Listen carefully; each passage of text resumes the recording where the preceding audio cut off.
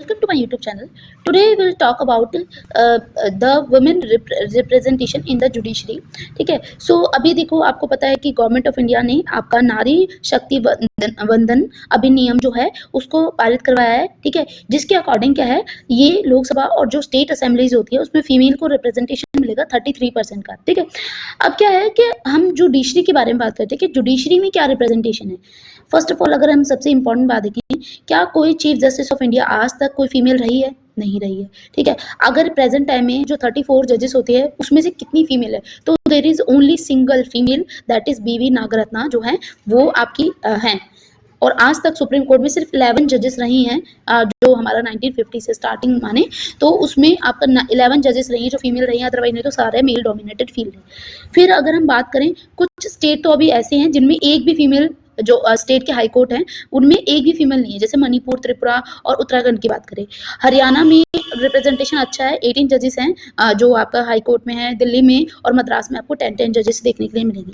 ठीक है. और अगर स्टेट में हम बात करें, जो हाई कोर्ट होते हैं, हाई कोर्ट में 2 ही हाई कोर्ट ऐसे हैं जहाँ पर फीमेल जो हैं वो chief justice of that high court है. जैसे रेवती प्रशांत मोहिते देरे हैं जो कि आपकी मेघालय में है, और गुजरात में अगर हम बात करें सुनीता अग्रवाल है. हाई कोर्ट में जो आपकी जजेस का रिप्रेजेंटेशन है फीमेल जजेस का, वो 14.27% है. तो आप देखिए इसका पॉपुलेशन कितना कम है. 1 वुमेन जजेस आउट ऑफ द 334 जजेस, जैसे कि मैंने आपको बताया.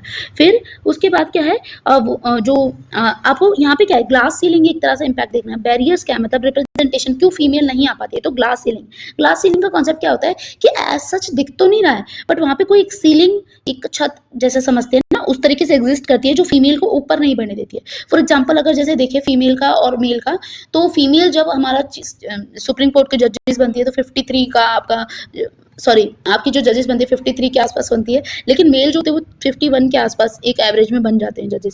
तो ये भी है. फिर अगर हम देखें, डबल स्टैंडर्ड है, greater scrutiny question about the balancing court and home, क्योंकि जो फीमेल है उसको बाहर का काम करना है पर वो घर का भी करना है, तो एक मतलब बैलेंस नहीं बना पाती है घर के साथ में. ठीक है. फिर ओपेक कॉलेजियन सिस्टम है, जो कॉलेजियन सिस्टम है वो ऐसा जितना इम्पार्शियल नहीं है, हमें नहीं पता कि अंदर उसमें क्या होता है, किस तरीके से होता है, तो इतना ज़्यादा नहीं पता लगा सकते. जिसको रिकमेंड करता है कॉलेजियम, उसी को जो प्रेसिडेंट ऑफ इंडिया है वो अपॉइंट कर देते हैं.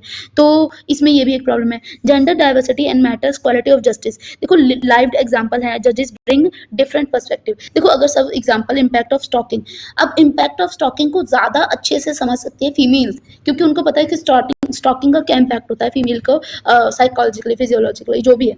तो ये मेल इतना नहीं अच्छे से समझ सकते, लेकिन उनका रिप्रेजेंटेशन ही नहीं है, तो वो कहाँ से इन केसेस को सुन पाएंगे.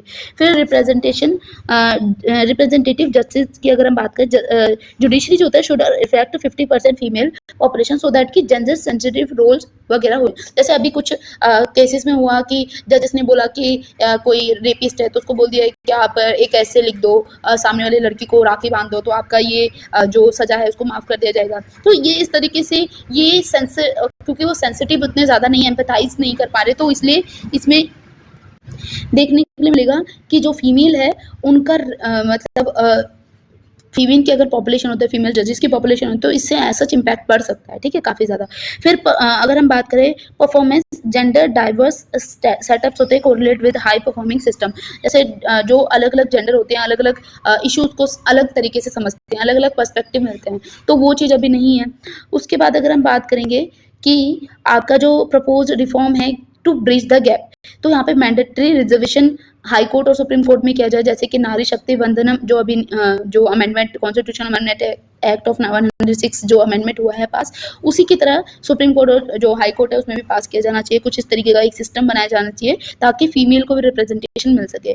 ट्रांसपेरेंसी इन अपॉइंटमेंट हो सकता है, जैसे यहाँ पे क्या define the merit criteria allowed direct application, तो कोई एक पर्टिकुलर मेरिट क्राइटेरिया रख दिया जाए सो दैट कि फीमेल न्यूज में अपना पार्टिसिपेशन कर सके. उसके बाद मेमोरेंडम ऑफ प्रोसीजर जो है uptake guideline to explicitly include gender diversity. हमें ये चीज़ को समझना है कि जेंडर डाइवर्सिटी अगर जुडिशरी में हमारी रहेगी तो वो ज़्यादा अच्छे से जो इश्यूज हैं उनको समझ पाएंगे. ठीक है.